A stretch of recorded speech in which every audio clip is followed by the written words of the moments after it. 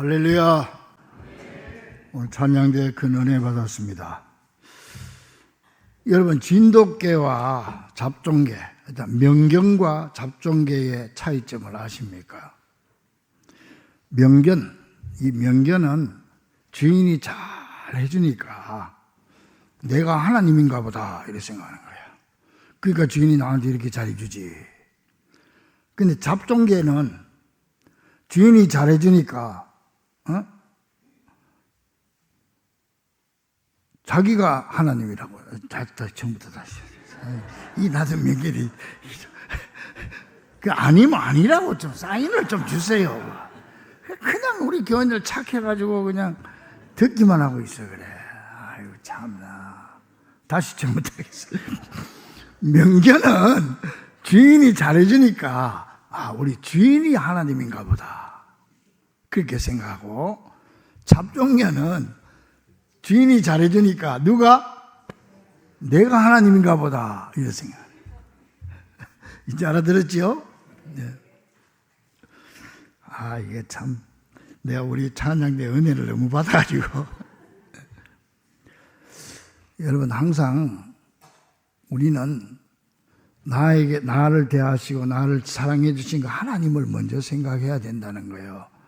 우리 부목사님들이 여러분들 빠지고 하면은 전화하고 신방하고 하죠.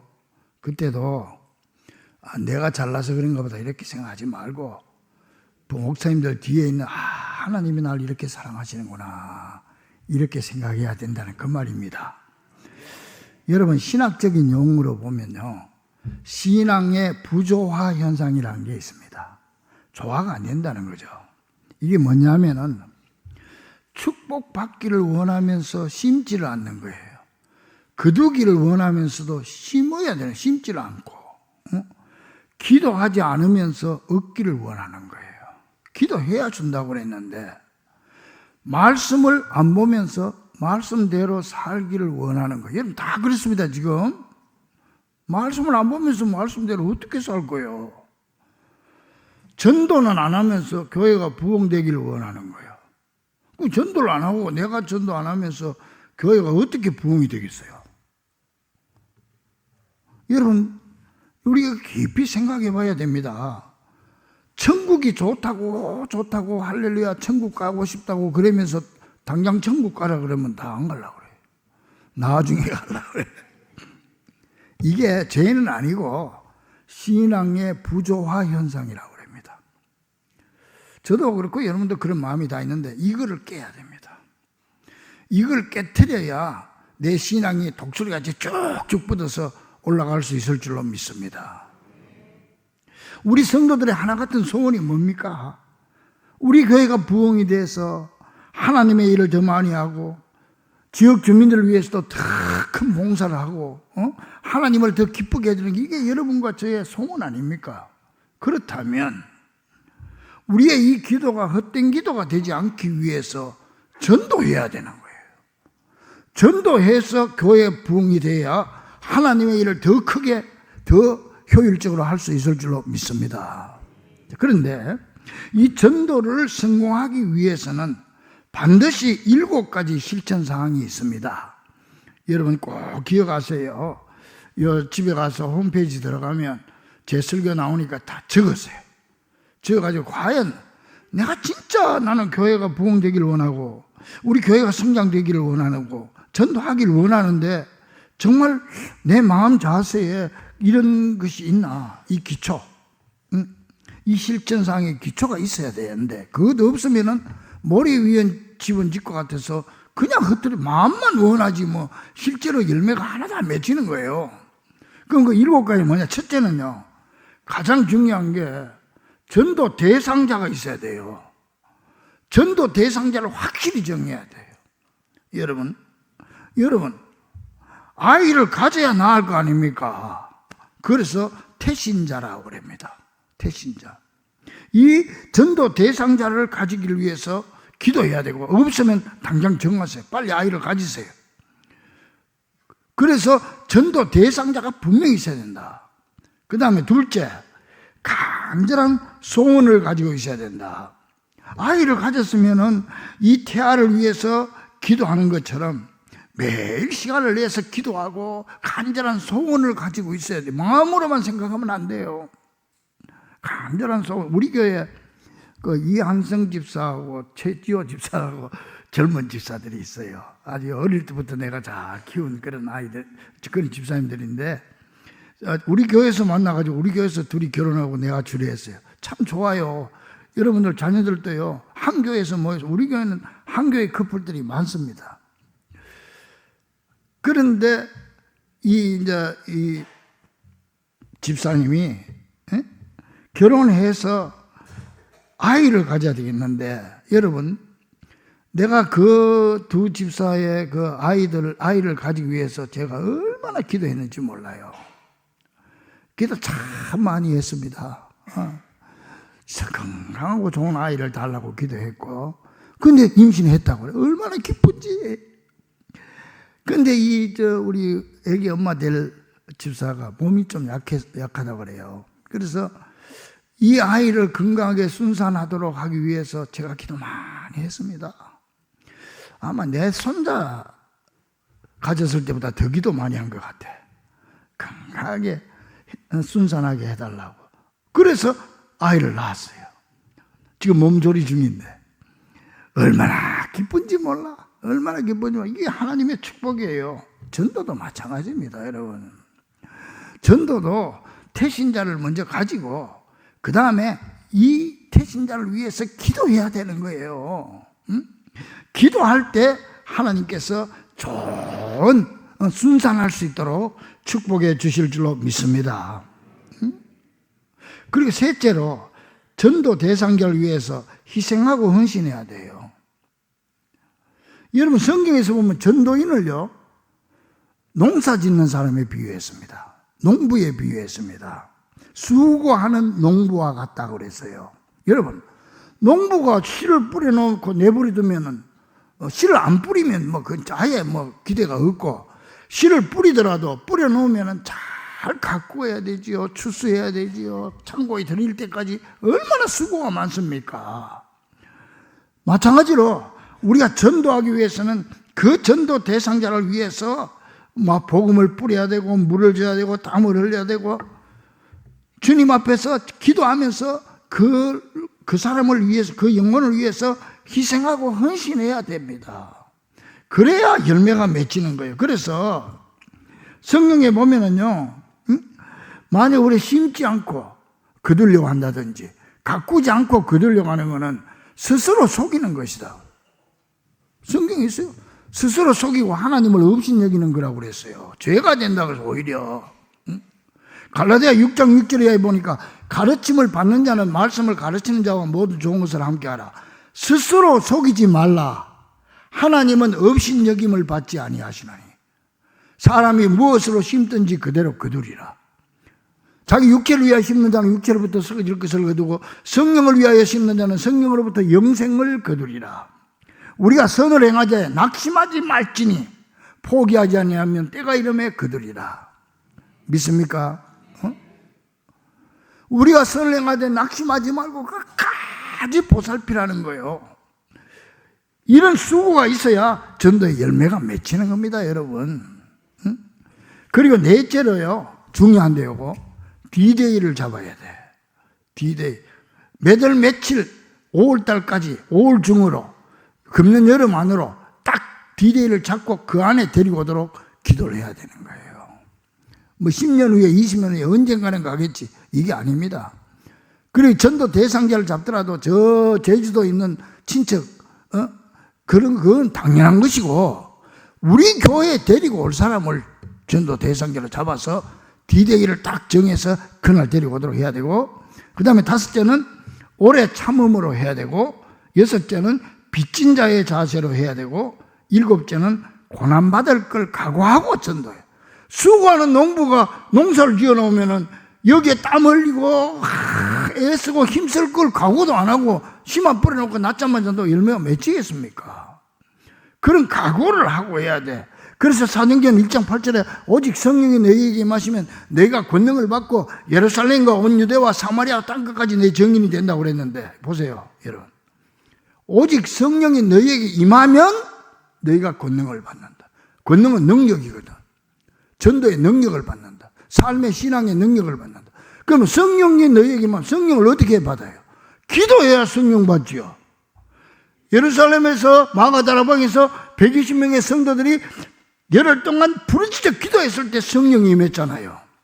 마찬가지로 우리도 태신자를 위해서 간절하게 기도할 때 그 열매가 맺히게 되고 그 영혼을 인도하는 그런 능력이 생기는 것이요. 근데요, 보세요.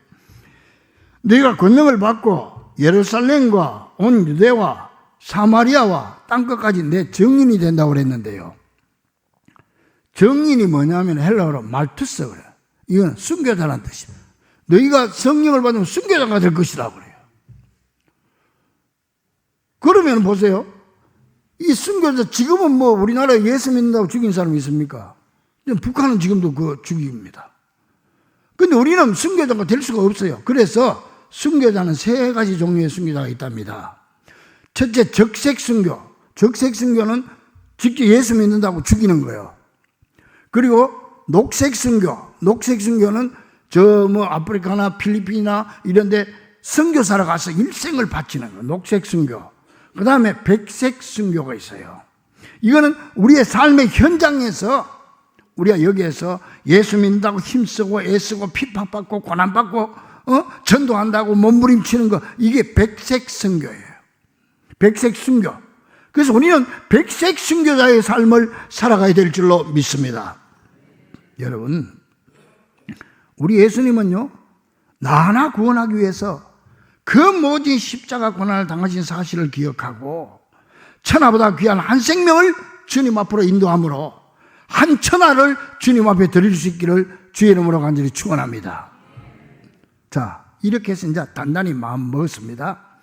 원칙을, 기본 자세를 취하고 그러고 나서 전도해야 되겠는데, 이 사명을 실천하기 위해서 꼭 필요한 게 있어요.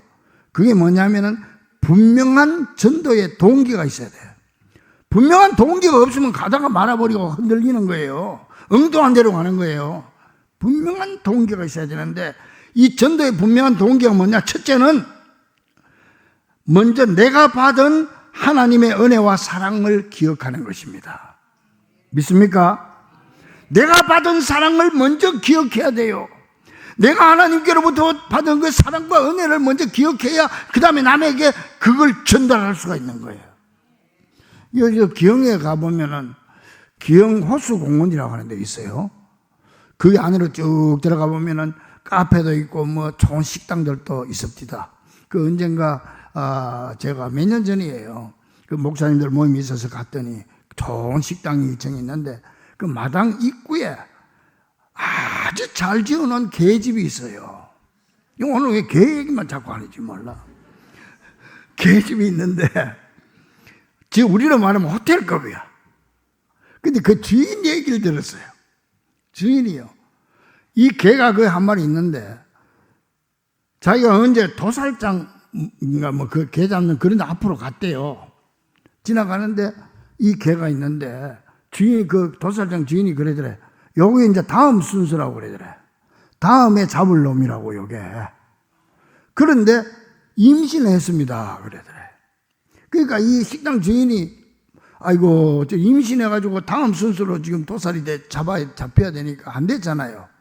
그래서 비싼 돈을 주고 사와서, 불쌍해서 사와가지고 자기 집 그 마당에, 식당 마당에다가 개집을 잘 지어놓고 좋은 식당이니까 좋은 먹이를 주고 그래가지고 새끼를 낳아서 분양도 해주고 이렇게 했는데, 그 식당 주인이 저한테 하는 말이, 그런데요 목사님, 요놈이 내 은혜를 몰라요.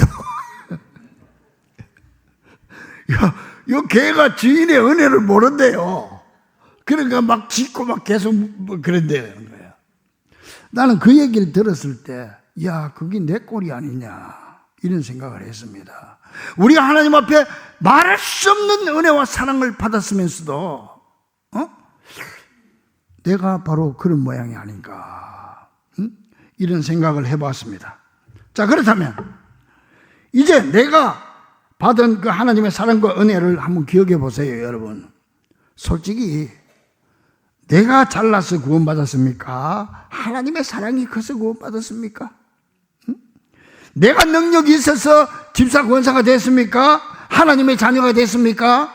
하나님이 나에게 은혜를 줘서 나 같은 것이 하나님의 자녀가 되고 직분을 받았습니까? 이것부터 깨달아야 된다는 거예요. 내가 나 자신만 볼 때 내가 무슨 자격이 있고 내게 무슨 능력이 있습니까? 하나님이 나를 불러주셨고 나를 세워주셔서 오늘의 내가 있는 거 아닙니까? 나 하나 구원하기 위해서 나를 집사로 권사로 장로로 목사로 세우기 위해서 나를 당신의 자녀로 삼기 위해서 저 마귀에게 사슬로 굴비처럼 묶어가지고 끌려가는 지옥으로 끌려가는 우리를 주님께서 피로 값을 지불하고 사서 당신의 자녀로 삼아주셨는데 우리 같은 사람을 주님의 자녀로 직분자로 세워주기 위해서 얼마나 많은 사람들을 동원시켰습니까? 여러분, 홍해가 갈라진 게 기적이죠? 그런데 내가 예수 믿고 나 같은 것이 직분받는 것이 홍해가 갈라진 기적보다 못합니까? 주님이 나에게 주신 직분과 사명, 이 놀라운 은혜, 천사도 흠모한다고 그랬어. 주에게 부탁하신 일 천사도 흠모하겠네. 그러니까 하나부터 10까지 전부가 다 하나님의 은혜요, 하나님의 은혜인 줄로 믿습니다. 그래서 바울 사도 같은 사람도, 우리는 뭐 바울 사도에 뭐 1000분의 1도 못 따라가지만은 바울 사도 같은 사람도 고린도전서 15장 10절에서 나의 나된 것은 전부 하나님의 은혜라고 고백을 했던 것입니다. 그러므로 먼저 내가 받은 사랑과 은혜를 깨닫는 것, 이게 전도의 동기가 돼야 돼요. 그래야 흔들리지 않는 거예요. 그 다음에 예수님의 마음을 알고 내 속에 예수님의 마음을 품고 나와 예수님 마음이 하나가 되는 거예요. 이게 전도의 동기가 돼야 되는 거예요. 그 예수님의 마음은 어떤 마음이냐? 한번 따라합니다. 전도는 하나님의 한 맺힌 소원이요, 예수님의 유언이요, 성령이 오신 목적이다. 그게 우리 하나님 마음이라면 그 마음을 알고 나와 주님이 같은 마음이 될 때 전도가 성립될 수가 있는 거예요. 그 예수님의 마음이 오늘 구체적으로 보면 본문에 잘 나타나지. 16절에 또 이 우리의 들지 아니한 다른 양들이 내게 있어 내가 인도하여야 할 테니 그들도 내 음성을 듣고 한 무리가 되어 한 목자에게 있으리라. 우리 같이 한번 읽어봅시다. 시작. 또 이 우리의 들지 아니한 다른 양들이 내게 있어. 우리의 들지 않는 교회 바깥에 아직 교회 안 들어온 사람 중에도 하나님의 자녀가 있다, 하나님의 양이 있다는 거요. 할 테이니 그들을 내가 인도하여야 할 테이니, 그 다음 내 음성, 예수님의 음성을 듣고 한 무리가 되어 한 공동체가 돼서 한 목자 우리 예수님에게 있으리라. 그 다음 예수님이 십자가에 못 박혀 죽은 것은 그들을 내가 얻기 위함이고 다시 얻기 위함이니 이로 말미암아 아버지께서 나를 사랑하시느니라. 할렐루야. 아, 이거 심각한 문제. 그로 말미암아 하나님이 나를 사랑하시느니라. 여러분, 하나님 사랑받기를 다 원하죠? 믿습니까? 그러면 그 앞에 걸 해야 돼. 우리 바깥에 있는 양을 안으로 데리고 올 때, 예수님은 우리 바깥에 있는 양들을 우리 안으로 데려오기 위해서 십자가 지셨다고 그랬잖아요. 내가 내 목숨을 버리는 것은 그들을 내가 얻기 위함이니 그렇게 할 때 아버지께서 나를 사랑하시느니라. 믿습니까? 그 앞에 싹 다 빼버리고 나는 내 마음대로 하고 하나님은 뭐 저리 가고 할 테니까 날 사랑해 주세요. 이건 안 되죠.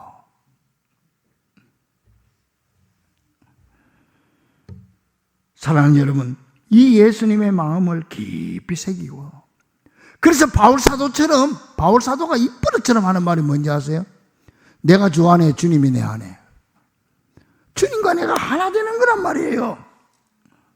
그래서 주님이 왜 그들을 위해서도 목숨을 버렸대요. 예수님이. 나 때문에만 버린 게 아니고.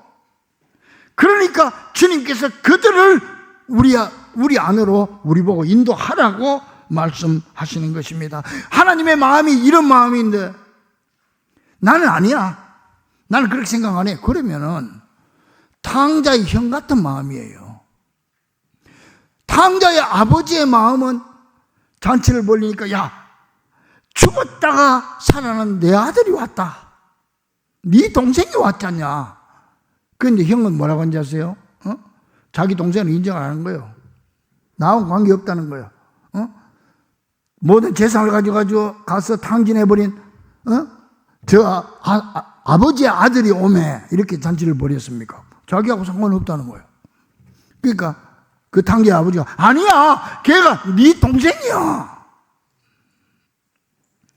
여러분 이거 분명히 알아야 돼요.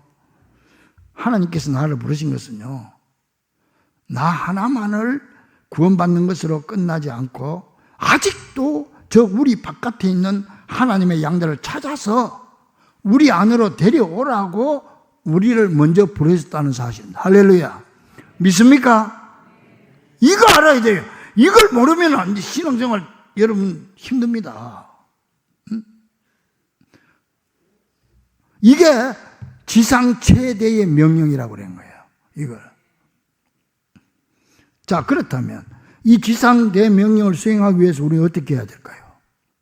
이제 일어나야 합니다. 믿습니까? 저 우리 밖에 있는 하나님의 양들을 찾아서 양의 우린 교회 안으로 데리고 와서 우리와 함께 선한 목자 되신 예수님을 따르도록 해야 될 거 아닙니까? 그러면 우리 바깥에 있는 양은 누굽니까? 바로 여러분 가족이에요. 여러분 남편이고 아내고 부모님이고 자식들이에요. 그들도요 하나님의 자녀예요. 그랬지 않습니까? 또 이 우리 밖에 있는 양들이 있어. 내가 그들도 인도해야 할 테니 내가 그들을 위해서도 목숨을 버렸노라. 그리고 내 이웃이고 여러분 마음속에 성령께서 심어주신 그 전도 대상자, 그 사람이 바로 우리 바깥에 있는 하나님의 양이에요. 이런 예수님의 마음이 내 마음이 될 수 있기를 주의 이름으로 간절히 축원합니다. 우리가 예수님 사랑합니다, 사랑합니다 그러면서 주님 뜻대로 살기를 원합니다 그러면서 하나님의 마음은 이런데 나는 여기 와서 있으면 되겠습니까? 하나님이 죽어줄 만큼 관심이 많은 그 사람에게 나는 관심이 없으면 되겠습니까? 여러분, 주님과 내가 하나 되는 삶을 살기를 주의 이름으로 간절히 축원합니다. 베드로는요, 예수님 잡혔을 때 멀찌감치 따라가다가 예수님을 3번씩이나 부인했어요. 멀찌감치 따라가면 부인합니다. 넘어집니다. 딱 붙어야 됩니다. 요한계시록 3장 14절 이하에 보니까 라오디게아 교회가 나와. 이 라오디게아가 어디냐면은 지금 저 튀르키예, 옛날 터키의 서남부 지방에 있는 지역인데요. 여기서 예수님 뭐라고 책망합니까? 내가 차지도 아니하고 뜨겁지도 아니하니 내가 너를 내 입에서 토해버리겠다고 그랬어요. 이 라오디게아에는요, 튀르키예 그 남부에 가면 지금도 그 온천이 있어요. 지금도요, 히에로폴리스라고 하는 큰 온천이 있어요. 온천 물이 넘쳐가지고 온 산이 하얗게 덮여 있어요. 그러니까 예수님께서 그 온천이 있는 지역에 있는 교회에게 그 말씀을 하신 거예요. 근데 여기는 광물질이 많이 들어있어가지고 무슨 광물이 들어있는지는 몰라도 이 온천물은요, 뜨거울 때 먹거나 찰 때 먹으면 괜찮대요. 지금도. 그런데 미지근할 때 먹으면 구토가 나는데. 그러니까 예수님께서 토해버리겠다 그런 거예요. 미지근하다는 거지. 응? 정말 심각하다는 얘기죠. 근데 이보다 더 큰 문제는 뭐냐면은 이 본인들은 그걸 모른다는 거예요. 뭐라고 한지 아세요?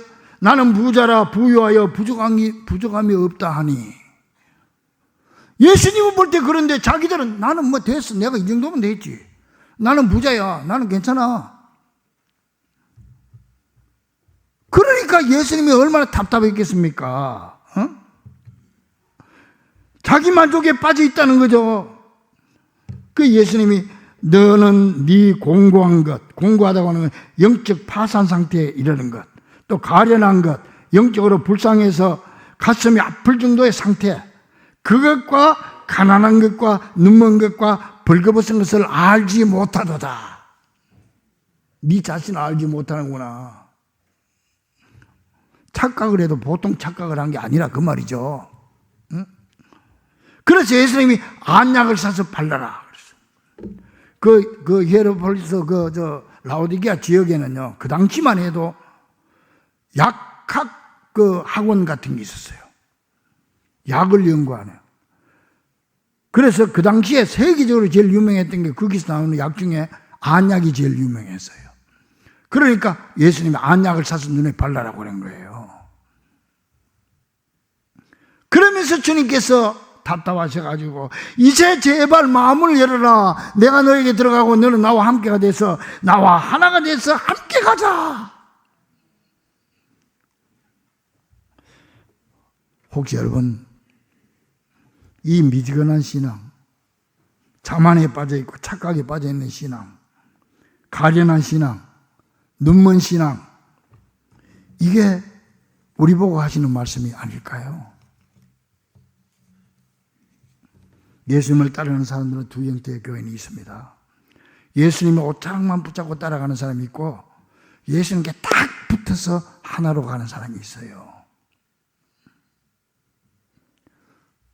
예수님을 따르는 데는 제자 그룹이 있고 팬 그룹이 있어요. 제자는 죽어도 따라가는 거고 팬은 좋으면 따라가고 안 좋으면 버리는 거예요. 팬. 여러분은 예수님의 제자로 따릅니까? 팬으로 따릅니까? 예수님을 따르는 많은 성도들 가운데는 관광객으로 교회에 오는 사람이 있고 순례자로 오는 사람이 있어요. 관광객은 내가 가고 싶은 가고 말면 많은 거예요. 순례자는 그 길이 십자가 길이고 고달프고 어려워도 그 길 따라가는 자가 순례자예요. 우리는 팬이 아니고 제자요. 우리는 관광객이 아니고 순례자들인 줄로 믿습니다. 그렇다면 예수님과 한 마음을 가지고 가야 되지 않겠습니까? 그래서 주님이 지상 최대 명령을 주신 거 아닙니까? 성천하시기 전에 마태복음 28장 19절에서 20절 같이 한번 봅니다. 시작.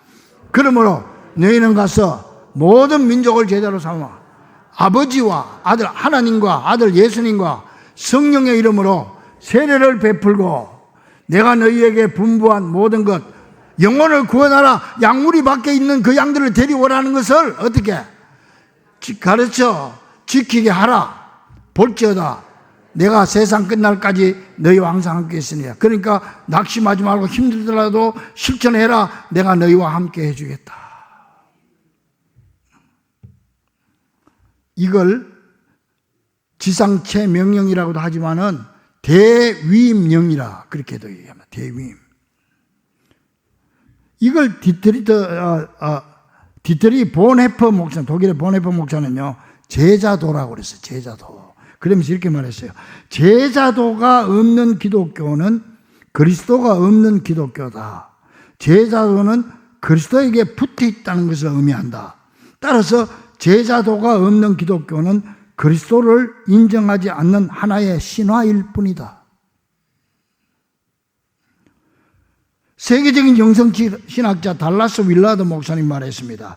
제자도는 예수 그리스도의 인격을 담고자 내가 그분 안으로 들어가서 그와 함께 나누는 사기입니다. 여러분, 주님과 한 마음이 될 수 있기를 바랍니다. 하나님은 우리가 하나님의 손과 발 그리고 하나님의 입이 되기를 원하십니다. 그리고 여러분의 시간과 물질이 전도의 도구가 되기를 원합니다. 사랑하는 우리 중보 가족들이여, 힘들게 하는 사람이 있습니까? 과거의 나를 생각합시다. 고집 센 사람 만나면 과거에 고집 피우던 나를 생각합시다. 그때 포기했다면 지금 나는 어디쯤 있을까요? 그리고 예수님의 마음으로 전도합시다. 예수님은 그 사람도 우리 밖에 있는 내 양이라고 말씀하십니다. 주님이 내 양이라고 하시는데 내가 먼저 포기하지 맙시다. 하나님이 힘주실 줄 믿고 담대히 일어서서 영혼 구원을 위한 하나님의 도구가 되는 귀한 우리 성도들이 다 될 수 있기를 주의 이름으로 간절히 축원합니다. 기도하겠습니다.